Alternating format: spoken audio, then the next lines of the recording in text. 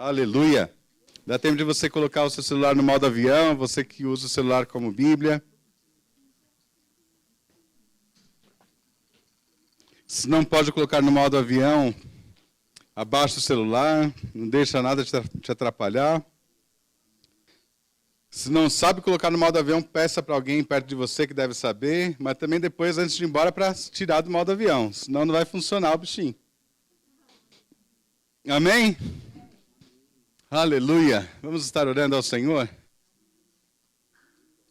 Papai do céu, em nome de Jesus, consideramos a Tua presença, consideramos a Tua palavra, e clamamos a Ti para que o Senhor venha falar aos nossos corações e que a Tua unção esteja presente para fazer a Tua palavra ser fixada em nossos corações e mentes, para que possamos vivê-la, Pai.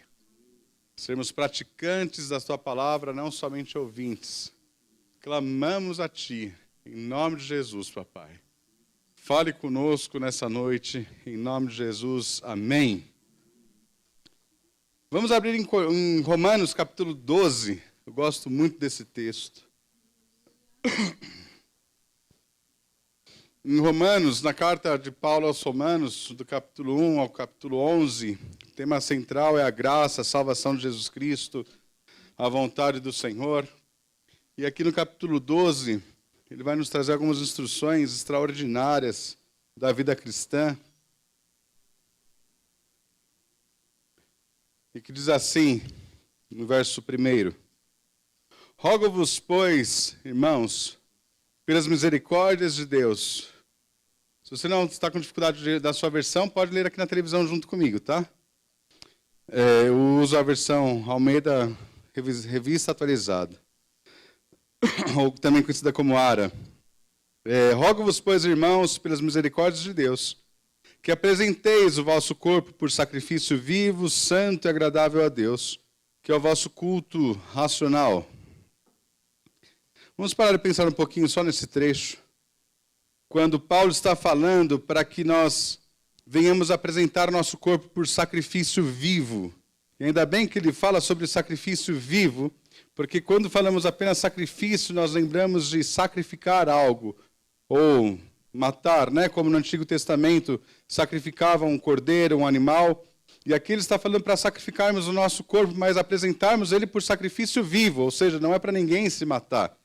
Mas é um sacrifício vivo. Nós podemos lembrar de Jesus falando sobre um novo nascimento, sobre aquele que perder a sua vida por amor a mim, achá-la-á.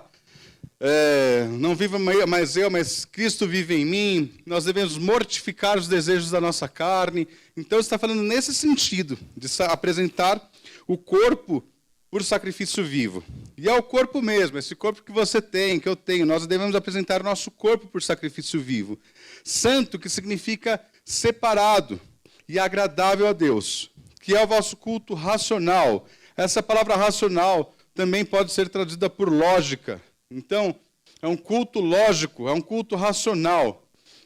Este versículo está falando que não adianta viver uma vida cristã se não apresentar o corpo. Apresentar o corpo por sacrifício vivo, santo e agradável a Deus, não é cultuar ao Senhor numa igreja, não é frequentar uma igreja apenas. Nós sabemos da importância de congregar.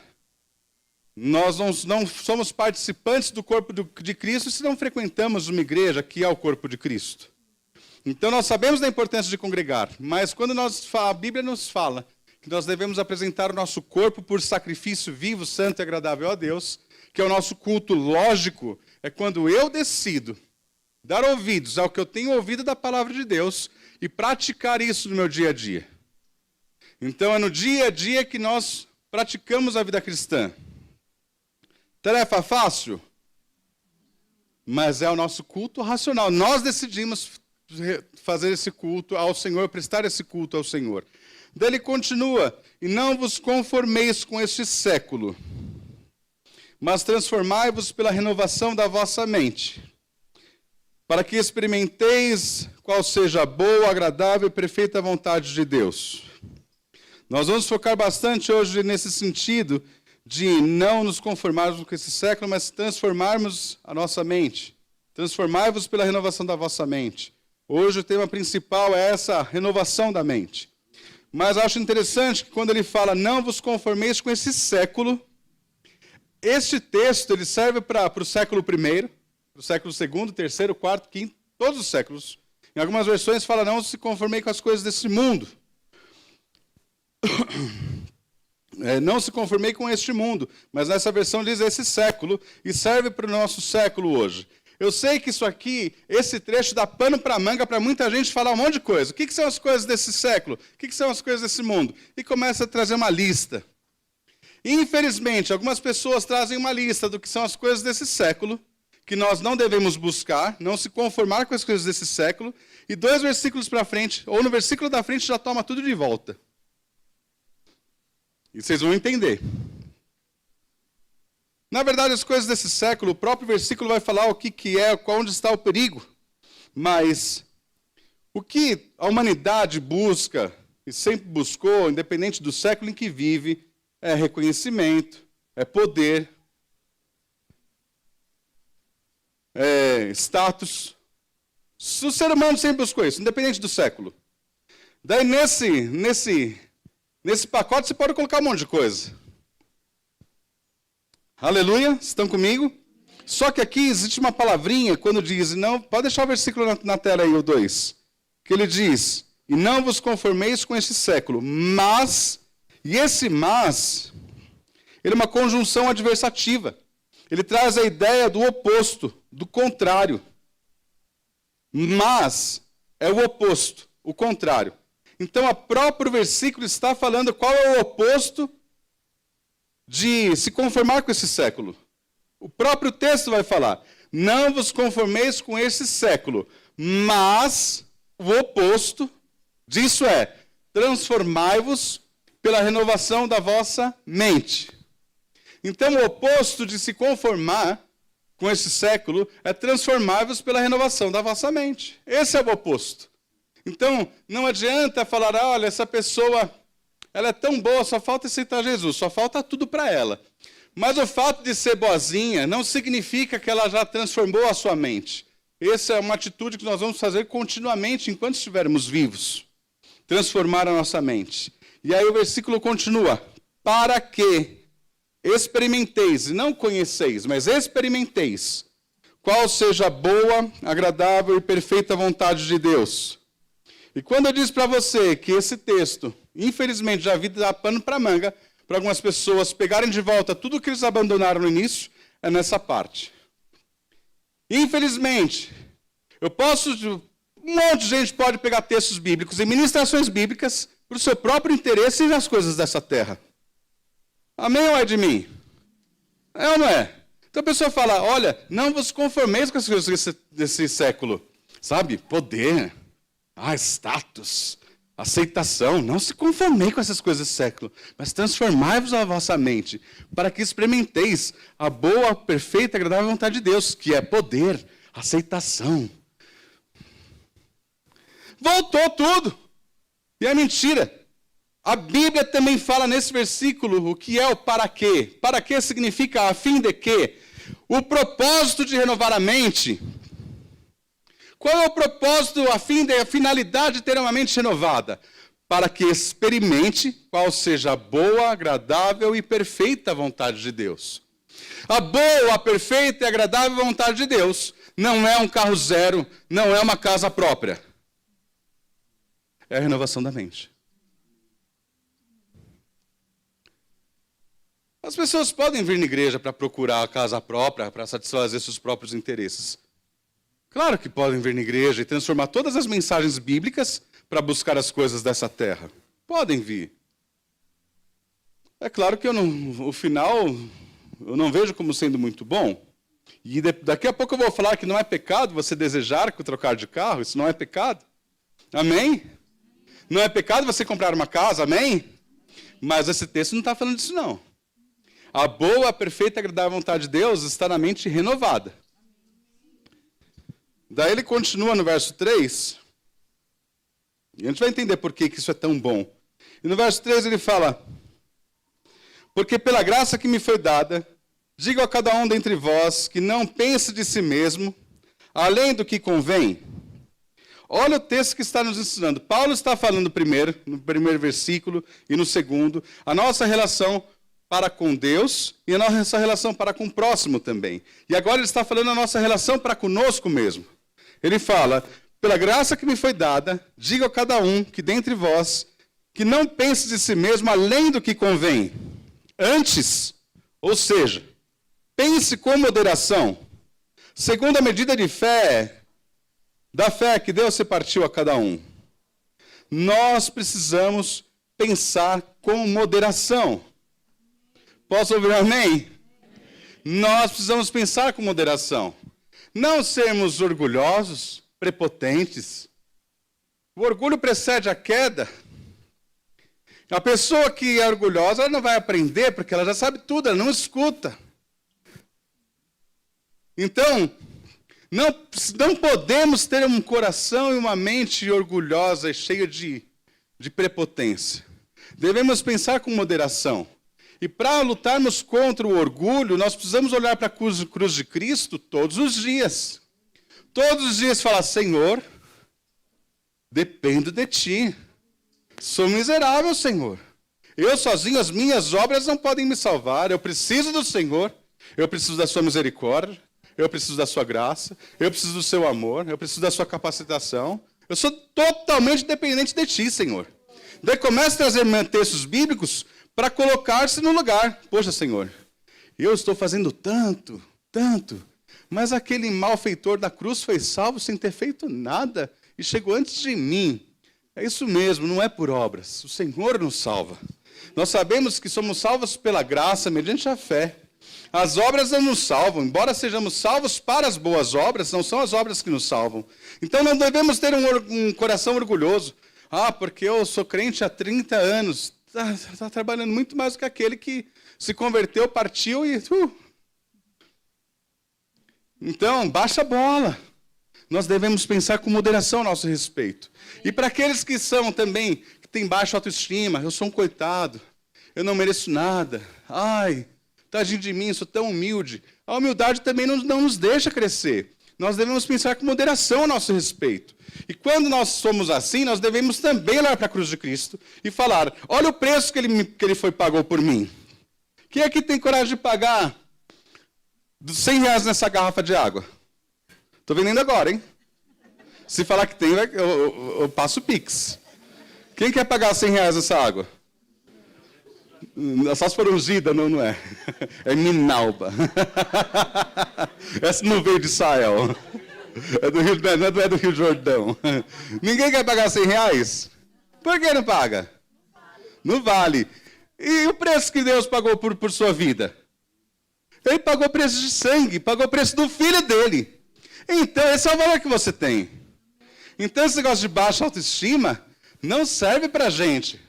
Foi nos pago um preço muito alto. Então, nós devemos nos alegrar, sabendo que o nosso preço foi um preço muito alto.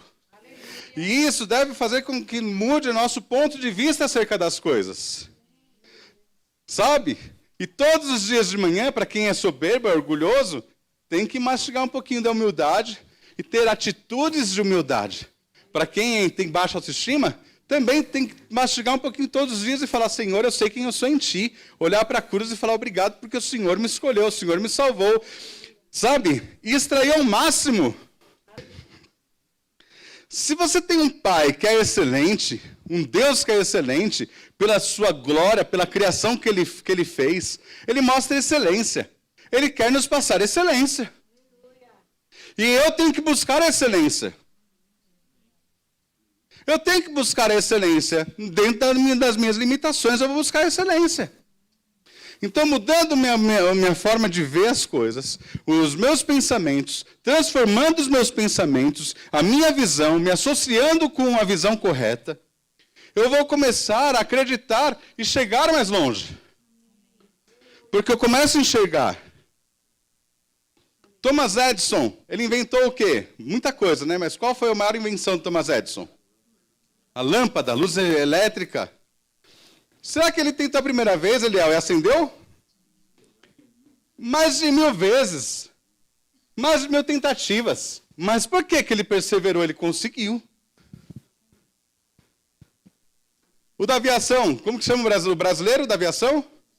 Santos Dumont. Será que ele tentou bater a asa primeiro?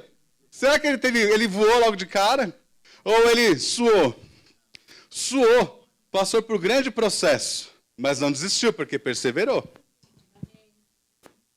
Um lutador que eu gosto de assistir luta, o Alex Poatan, um brasileiro campeão, cinturão dos meio pesados.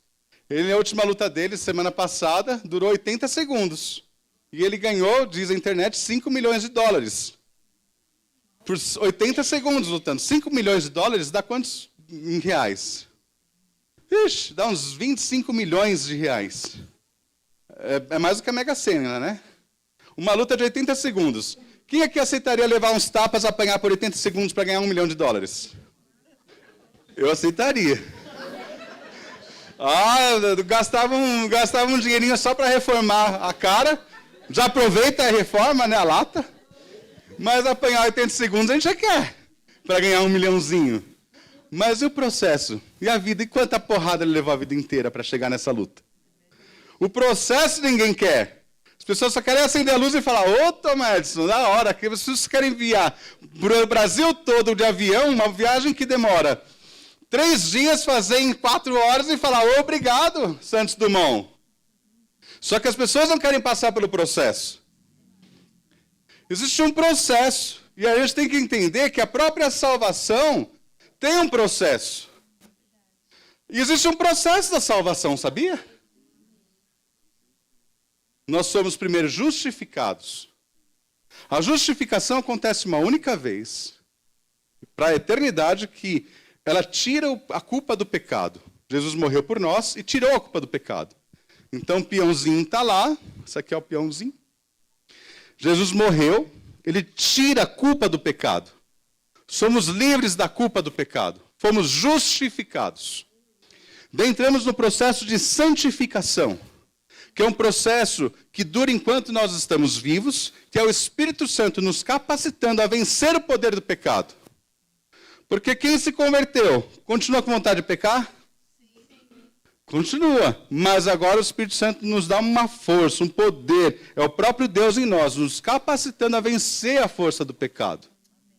E esse processo se chama santificação, nós estamos nele. A renovação da mente é na santificação.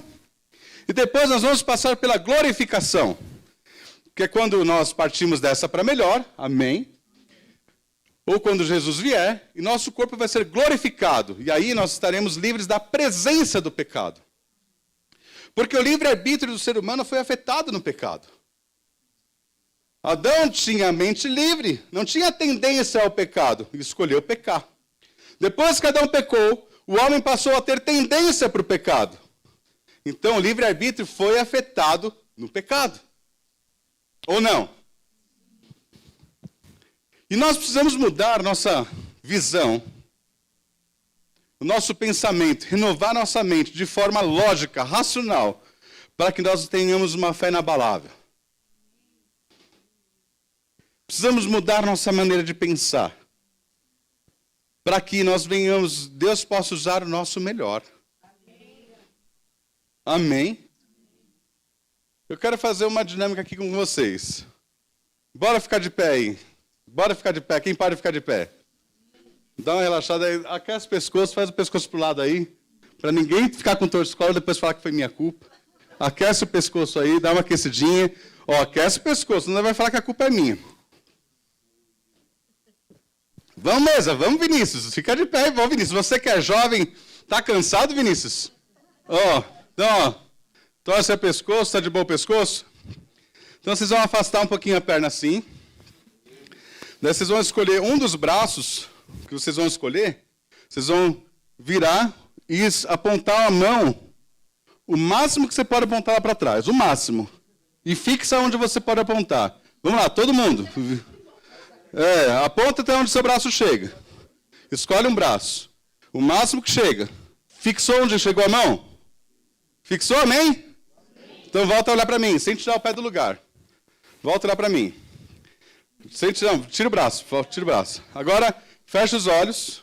Todo mundo fecha os olhos. Imagina, não precisa levar o braço até lá. Mas imagina que você levantou o braço, levou o braço até onde você tinha chegado com o braço, que foi seu máximo. Agora imagina que você vai passar desse ponto. No seu pensamento, você está passando desse ponto aí. Você passou no seu pensamento. Amém? Conseguiu imaginar isso? Agora abre os olhos e faz de novo e tenta chegar onde você imaginou.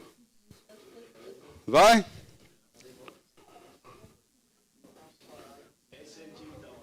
Foi mais? Amém? Aí você pode sentar. Quantos aqui conseguiram chegar mais do que o que tinha feito antes? Ué, mas vocês não tinham chegado no máximo já?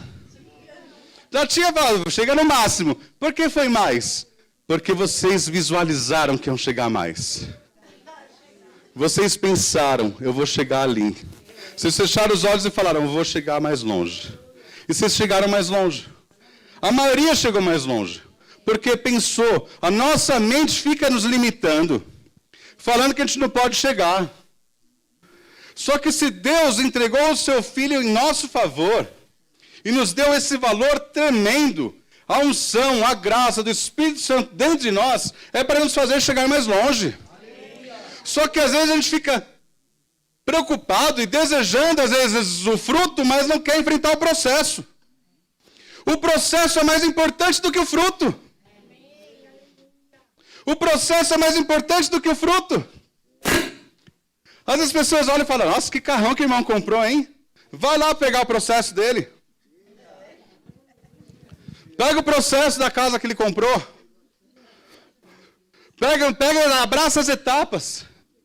Eu ia gostar de levar a bonificação do lutador, de 1 milhão lá, por 80 segundos levando tapa. Já paguei muito mais tempo e não ganhei nada. Então, eu gostaria. Só que eu não aceitaria o processo de estar 6 horas por dia na esteira, no saco de pancada, levando pancada, e levando torção, e machucando o braço, e tendo um dedo quebrado, isso. Eu não ia querer o processo.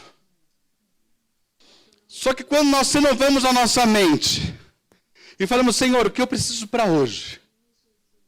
Só para hoje. Quando eu respeito o processo, a mudança de mentalidade, eu começo a entender que os pequenos passos são mais importantes do que a minha visão lá na frente.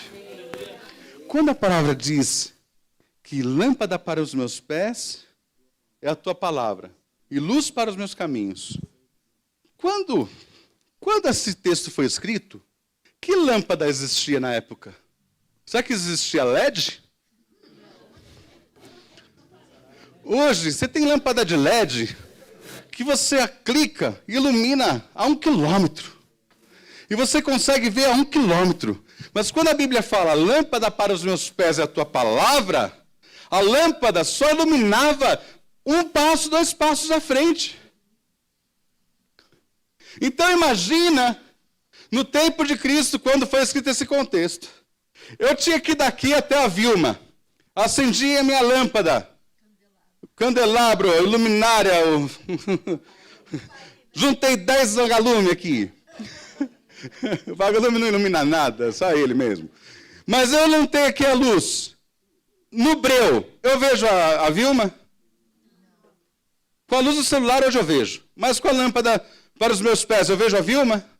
Não. Eu dei um passo. Eu vejo a Vilma? Não, dei um passo. Não tem cobra, escorpião, não tem precipício. Eu vou dar mais um passo. Eu não estou vendo a Vilma ainda.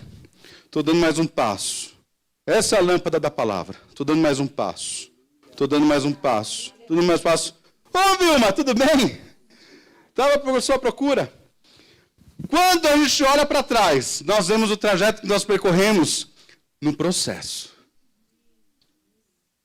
Agora tem gente falando, ai, Deus me chamou para ser aquilo. Chamou nada, porque o processo você não quer respeitar. Ah, Deus me chamou para fazer aquilo. Mas, sabe, anos atrás, o próprio Bud falou para os profetas da igreja parar de falar para os irmãos sobre o chamado ministerial, lembra? Não quero que fale mais sobre o chamado ministerial para Beltrano. Por quê? Fala, a pessoa não faz nada e daí não vive. Ah, não, você é missionário. O que você está fazendo? Ah, não. Você é missionário, não sei. Nada. Você é mestre. Ah, você está mestre, você dedica a palavra, você estuda. Você... Não, mas eu tenho chamado de mestre. Você é mestre. Ah, e é? Vai ser mestre? É, sou evangelista também. É evangelista? O que você está fazendo? Ah, eu estou crendo aí. Vai vir uma unção que eu vou começar a saber a Bíblia de cor. Vou sair aí. Vai nada. Por quê? Não tem o processo, gente. Então, a palavra de hoje é para falar que nós devemos renovar as nossas mentes de uma forma racional, de uma forma lógica. Não precisa ninguém te forçar. É você fazendo por vontade própria. Amém? Ô, glória! Eita! Aleluia! Nós precisamos entender que existe uma perseverança da santificação e de renovar a mente. Não precisa abrir o texto, mas é Mateus 24, 12. Pode abrir na televisão só aqui. O contexto, Jesus está falando sobre os últimos dias, a Luciane citou sobre isso. E isso é importante, porque quando nós olhamos o povo judeu, a gente tem que ficar de olho, gente. Quando se reagruparam, se rejuntaram da terra, voltaram a ser nação, foi um acontecimento extraordinário, que a gente fica de olho. Agora, se cessar esse acordo de paz que é feito, a gente também fica de olho, porque existem promessas bíblicas para esse povo que apontam para o final dos tempos. E as promessas que Deus fez para aquele povo se cumpriram, e tem algumas que ainda vão se cumprir, estão associadas à volta de Jesus Cristo. Deus fez uma promessa para Abraão e se cumpriu a promessa de Abraão. Amém? E as promessas que ele fez vão se cumprir, então a gente tem que ficar de olho. E aqui nesse contexto, Jesus fala no verso 12 e 13, diz assim: e por se multiplicar a iniquidade, o amor se esfriará de quase todos. Aquele, porém, que perseverar até o fim, esse será salvo. Então existe a perseverança dos santos. Existe a perseverança dos santos. Aleluia! Aleluia! Oh, aleluia! Eu sei que nós podemos pegar uma mensagem como essa de mudar a mentalidade para conquistar as coisas dessa terra. Mas o contexto desse texto e a primazia dele é colocar nossa mente na palavra de Cristo. Eu sei que serve para as coisas dessa terra, serve sim. E eu sei que muito mais vale prosperidade financeira de tempo, qualidade de tempo na mão do justo do que do injusto.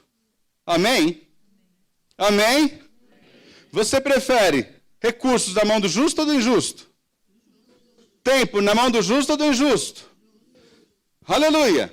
Finanças na mão do justo ou do injusto? Você é justo ou injusto? Então lute para ter mais. Porque você tendo mais, Deus vai usar a sua vida para a glória dele. Não é para o seu próprio deleite. Se o motivo da fé são as coisas desse século,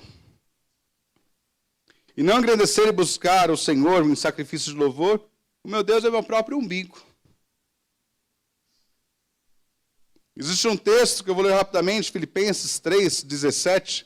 Você pode acompanhar aqui na televisão. Diz assim, Filipenses 3, 17. Irmãos, sede imitadores meus e observai os que andam segundo o modelo que tendes em nós.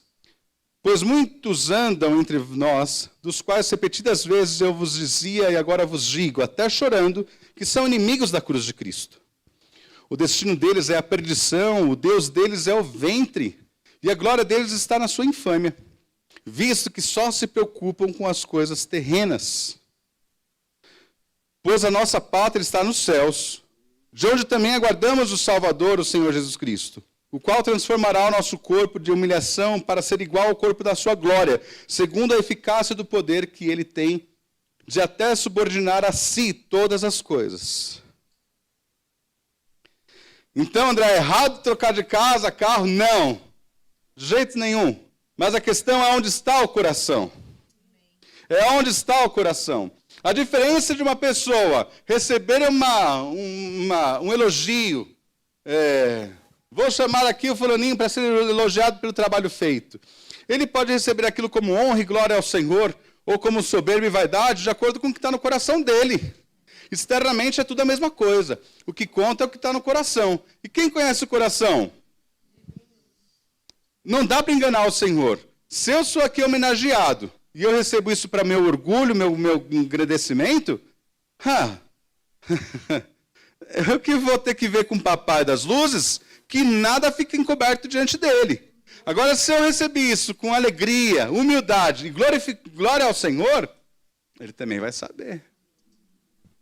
É ou não é? Aleluia!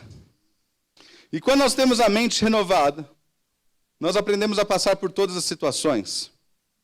Então, em Filipenses capítulo 4, diz, no verso 10, Filipenses 4, 10, glória a Deus. Alegrei-me sobremaneira, olha o que Paulo está escrevendo aqui. Alegrei-me sobremaneira no Senhor, porque agora, uma vez mais, renovastes a meu favor o vosso cuidado, o qual também já tinhais antes, mas vos faltava oportunidade. Olha ele agradecendo uma oferta que ele recebeu, que coisa linda, um cuidado que ele recebeu. No verso 11 diz, digo isto não por causa da pobreza, porque aprendi a viver contente em toda e qualquer situação. Eita!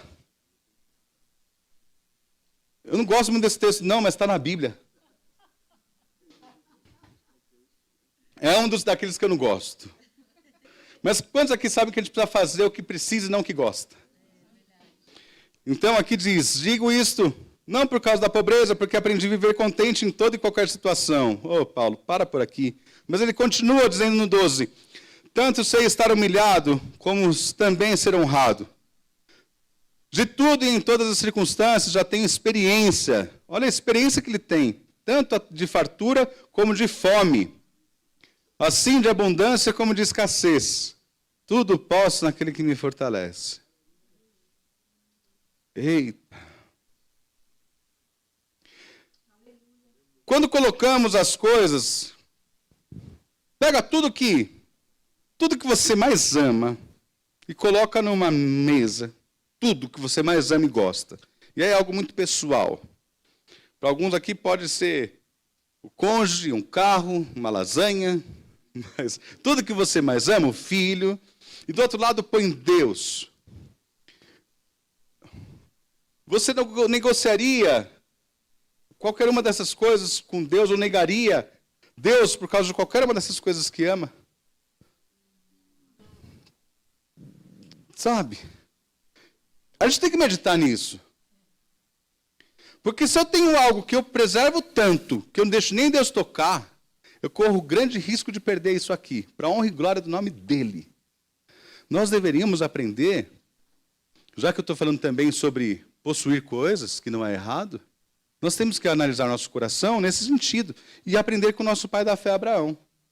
Abraão teve o filho da promessa, Isaque, também conhecido como minha alegria, filho da alegria, do riso, filho que me traz alegria, é um filho que traz alegria. E eu pergunto, Abraão amava Isaque ou não? É lógico que amava. O menino já andava, porque ele carregou a lenha. E aí Deus pede, me dá Isaque.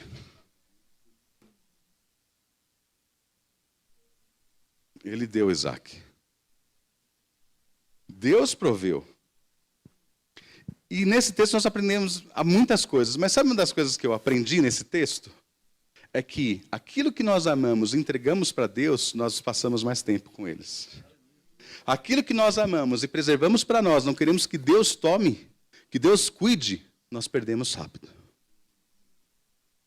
Ah, me prova isso na Bíblia. Saul, querendo poder, sem Deus, tomou o reino para si, sem Deus, perdeu o reinado. Sansão, na sua força, foi andar conforme o seu pensamento, perdeu a sua força. Então, meu querido, você quer ter um carrão?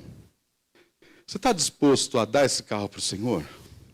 Então, tenha um carrão e entre no seu carro com o papai, com Deus. Entre na sua casa, abre a porta da sua casa com Deus. Deixa Deus ser dono de tudo que nós somos e que nós temos. E aí ele vai deixar você ficar mais tempo com o seu Isaac. Agora, tem um Isaac por protegido. Não, Senhor, isso aqui você não me toca, você não me toca. Quando você vê que tem algo fazendo mal para o seu filho, que vai trazer morte para ele, você não tira dele? Eu peço para que Deus tire da minha vida também. Não tem aquela música? A gente não canta aqui, mas corinho antigo. Mais perto quero estar, meu Deus, de ti, ainda que seja dor que me una a ti. Será que é verdade? Mais perto eu quero estar de ti, Senhor, mesmo que seja a dor que me una a ti. Se tem algo na minha vida que é mais importante do que o Senhor, afasta de mim, Senhor. Pelo contrário, entrego a ti o que eu tenho. E às vezes nós aprendemos isso quando nós perdemos algo muito querido. E aí ficamos revoltados.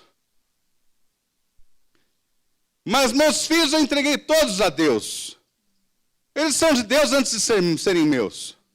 E num momento de grande dificuldade, que um dos meus filhos estava passando, que de acordo com o relatório, poderia vir um relatório de morte. Eu e a Luciene falamos, eu fiquei com medo de falar algo para a Luciene, mas quando eu falei para ela, e ela falou que tinha o mesmo pensamento, eu falei, meu Senhor amado, minha esposa é crente. Porque embora a gente venha viver junto, você sabe se a pessoa é crente na hora do perrengue mesmo. Não é por vir na igreja só. E eu cheguei para a Luciene e falei, Luciene, eu só aceito perder minha filha para partir dessa para melhor, se fosse para ela crescer e se perder nesse mundo. Eu prefiro perder minha filha hoje, ela morrer hoje, com o Senhor, do que ela viver mais 50 anos e perder a salvação. Ela falou, eu penso da mesma forma. Daí eu olhei e falei, eu pensei que fosse ouvir você está doido? Mas não. Por quê? Nós não somos daqui. Então entrega ao Senhor. Entrega ao Senhor. Entrega ao Senhor. Entrega ao Senhor. E olha os processos. Sabe? Nós vemos Coloque como prioridade o Senhor em tudo que você tem. Porque quando nós vemos, não precisa abrir, mas na parábola da grande ceia, em Lucas 14, 16 em diante, nós vemos que quem não participou da grande ceia foram os abençoados que tinham ganhado um campo novo, que tinham comprado bois, que acabou de casar. E hoje? Não vou congregar, por causa dos meus filhos. Meu filho, meu vininho, qualquer remelentozinho, não quer ir. Eu vou ficar com ele. Não! Minha família, meu trabalho. Deixa de congregar primeiro, depois começa a viver, porque eu vou te falar, o mundo oferece prazeres. E deixar de congregar é perigoso, deixar de ter amizade, comunhão com os irmãos. Sabe, eu me alegro porque eu vi na semana passada o Nildo almoçando na casa do Eliel, pastor Eliel. Daí eu vi o João e o Nildo na casa do João. Eu falei, ô Nildo. Eu nem sou perto dele. Gente, olha, eu estou para fazer um desafio nessa igreja aqui. Eu estou para fazer um desafio de domingo, a gente postar no grupo da igreja quem está almoçando na nossa casa. Algum irmão da igreja. Porque a gente precisa alimentar isso, gente. Nós somos irmãos. Nós somos família. Mas minha casa tem que pintar a parede. Não tem problema se a pessoa vai na sua casa para falar mal da sua casa, que ela te ajude a pintar. Ou te dê dinheiro. Porque falar, muita gente gosta de falar, mas se você vai falar é para edificar, amém, irmão? Você acha que Deus tocou no seu coração? Você sabe pintar? Mas não tem esse problema. A questão é, se uma pessoa quer ficar perto de mim pelo que eu tenho, nem merece estar perto dela. Não quero ficar perto dessa pessoa. Mas é porque nós somos um em Cristo. Nós somos corpo. Pé, orelha, dedão. Eu sou uma parte grande. Só não existe apêndice no corpo de Cristo, que não serve para nada. Mas nós devemos estar juntos. E essas bênçãos todas que na grande ceia as pessoas falaram, impediu eles de estarem participando da celebração. Será que tem alguma coisa impedindo a nossa vida de estarmos participando no dia do Senhor? Porque já que a salvação é um processo, justificação, santificação, glorificação. Quem não passar pelo processo, só quiser olhar assim, eu quero a salvação, Deus, eu quero a salvação. vai chegar diante do Senhor, eu vim para salvação, eu vim para salvação. Ele vai falar, apartai-vos de mim, miseráveis, nem vos conheço. Eu falei que eu tinha fome, você não me deu de comer. Eu falei que eu estava com frio, você não me vestiu. Eu estava preso, você não foi me visitar. Você não fez nada, eu não te conheço. Mas eu conheço a salvação. E o processo? E sabe por que a gente tem que renovar nossa mente? Porque eu creio que Deus vai começar, em nossas vidas, a trazer direções mais ousadas. Ousadas na generosidade e ousadas na demonstração de poder da palavra de Deus. Quem não tem a mente renovada não vai ser usado para as grandes coisas e manifestações que o Senhor tem feito no nosso meio. E Ele já tem feito. Eita glória! E eu falo isso porque eu renovar a mente, porque que é a boa, perfeita, agradável vontade de Deus, a mente renovada. Porque quando a pessoa tem a mente renovada, não importa o que ela passe, ela não abandona Cristo. E eu já vi pessoas que vieram nessa igreja atrás de uma bênção. E quando conseguiram a bênção, foram embora. Nessa igreja. Vieram atrás da bênção. A bênção foi embora. Eu olhei e falei, ei, é isso. Eu vi gente nessa igreja orando por parente, por uma cura. A cura não se manifestou no parente. Saiu da igreja. E quando eu fui conversar com esse jovem, eu falei, ei, por que você saiu da igreja? Deus não curou minha mãe. Se tivesse a mente renovada, não importa o que acontece. Seja Paulo, aprendi a viver, ser humilhado, até receber honra. Aprendi a passar fome, a ter abundância. Todas as coisas posso naquele que me fortalece. Porque sabemos qual é o final em Cristo Jesus. Nada nos separa do amor de Deus que está em Jesus Cristo, nosso Senhor. Nem a morte nos separa. Se nem a morte nos separa do amor de Deus que está em Jesus Cristo, qual é o medo que aflige nosso coração? Nenhum deveria afligir. Porque estamos com a mente em Cristo. Nem em velório a gente age, até em velório a gente age diferente. Quem tem fé, age em velório diferente.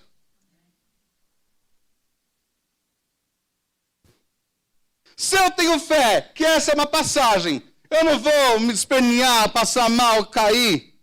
E a tristeza é bíblica, porque a Bíblia fala, eu não quero que se entristecem como os demais, os que não têm fé. Ou seja, pode se entristecer, você vai chorar, você vai sentir saudade. Mas não é igual aos demais não, que fica gritando, esperneando, falando, vai morrer. Calma, vai junto daqui a pouco. E se não acalmar o coração, eu tenho infarto agora e vai agora mesmo. Então, até em momentos complicados, a fé faz a gente mudar o nosso perfil. De lidar com as coisas. Eita, Laiá. E aí eu quero falar sobre uma pessoa, porque é perigoso. Aleluia. Quantos aqui já ouviram falar de Demas?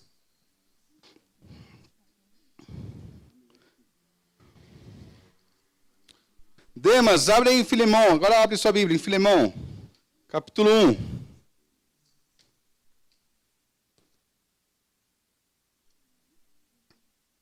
Filemão, capítulo 1, verso 21. O que está escrito no subtítulo da sua Bíblia aí? No subtítulo do 21. Tem um subtítulo aí?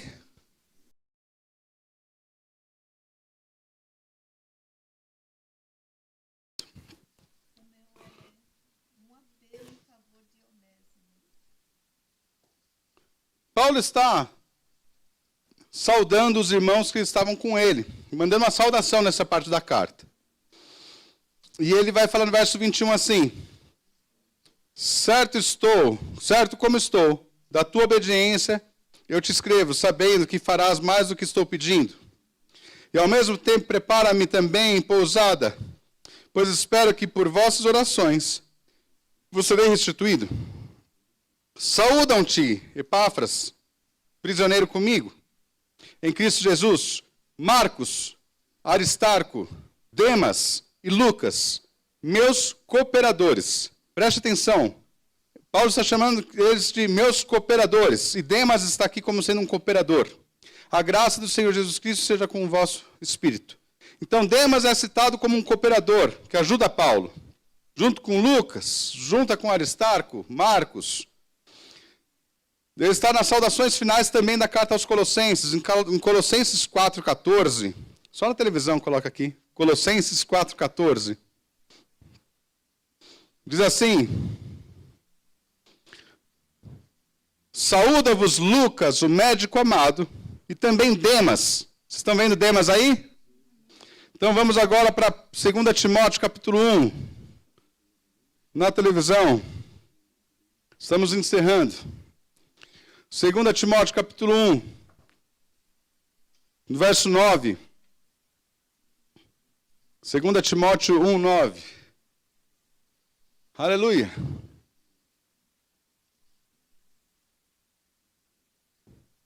Segunda Timóteo 1, 9. Procura vir ter comigo. É isso?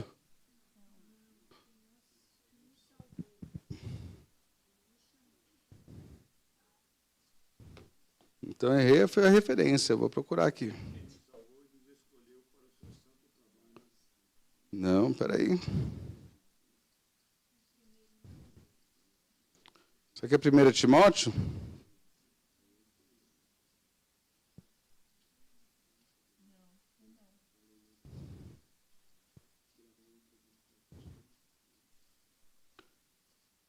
Procura vir ter depressa comigo, porque Demas...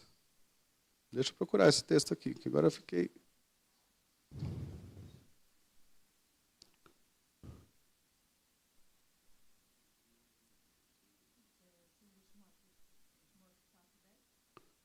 Isso. 2 Timóteo 4,9. Isso, 4,9. Finalzinho da carta. Procura vir ter comigo depressa. 4,9. Isso? Amém. E 10. Porque Demas... Então vamos lá. 2 Timóteo 4, 9 e 10. Procura vir ter comigo depressa. Paulo está escrevendo para Timóteo. Porque Demas, tendo amado o presente século, me abandonou e se foi para Tessalônica. Só até aqui. Demas me abandonou, tendo amado o presente século, me abandonou e foi para Tessalônica. Nós estamos vendo um homem que andou com o apóstolo Paulo, que ele estava seguindo o apóstolo Paulo, e de repente ele abandona Paulo, pelo amor do presente século. É um risco que, para quem não tem a mente renovada em Cristo Jesus, corre de abandonar o Senhor, seja pelo amor desse século, ou seja por uma aflição. Demas foi pelo amor desse século. Nós vemos João Batista preso, mandando os seus servos perguntarem para Jesus: és tu mesmo o Messias ou temos que esperar outro? Ele estava aflito. Jesus respondeu a João Batista. Mas passou a aflição no coração dele enquanto ele estava passando por um momento de dificuldade. Só que Paulo fala que nós devemos renovar a nossa mente para que experimentemos a boa, perfeita e agradável vontade de Deus. A boa, perfeita e agradável vontade de Deus é a renovação da mente. E é um culto racional, intencional, lógico, que amanhã você vai fazer na sua casa. É submeter a nossa vida à palavra de Deus que nós temos aprendido. É tirar o medo da nossa mente. Trocar o medo da nossa mente por gratidão. Tudo aquilo, ser grato ao Senhor ao invés de ficar com medo tomando a mente. A gratidão expulsa o medo.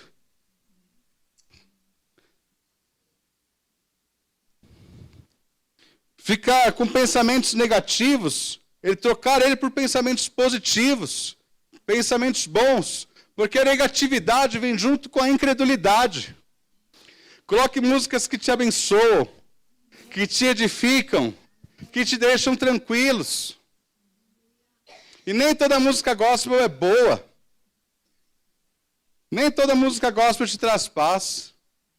Não estou limitando a isso. Mas você sabe, cada um sabe o que escuta e faz bem e acalma os ânimos. E ore ao Senhor. Tenha uma vida de oração. Pedindo para Deus estar em tudo aquilo que a gente faz. Quando estiver fazendo comida, comece a orar ao Senhor.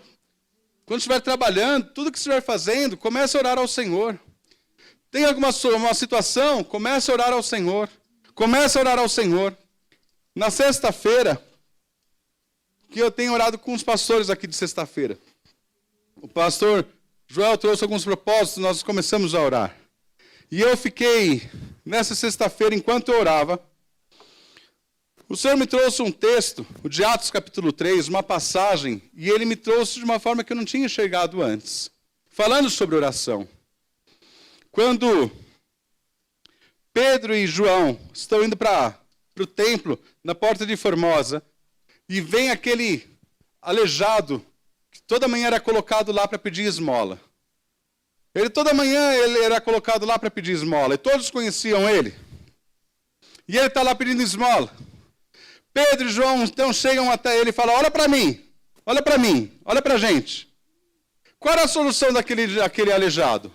Prata e ouro, a esmola. Era a solução daquele aleijado. Mas Pedro e João olham para ele e falam assim, olha para mim.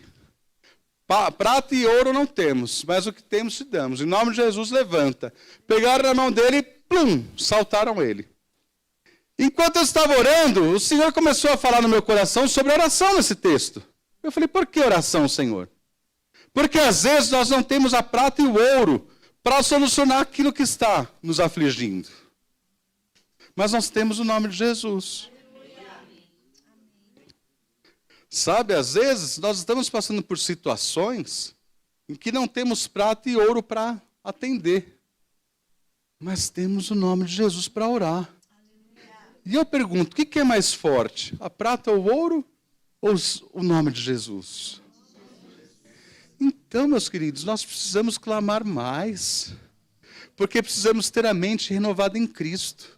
A Bíblia fala que Ele não nos deixa tentação que nós não podemos suportar. Então, quando eu tenho a minha mente em Cristo, na palavra, gente, não importa a situação. Eu vou estar no centro da vontade do Pai. E sabe por que nós precisamos estar no centro da vontade do Pai? Porque existem muito mais coisas por vir. E nós precisamos estar com a sensibilidade no Espírito tão forte para obedecer. Para obedecer. E só aqueles que têm a mente renovada em Cristo é que vão desfrutar disso. De ser uma ferramenta nas mãos do Senhor. Amém? Quero orar por você.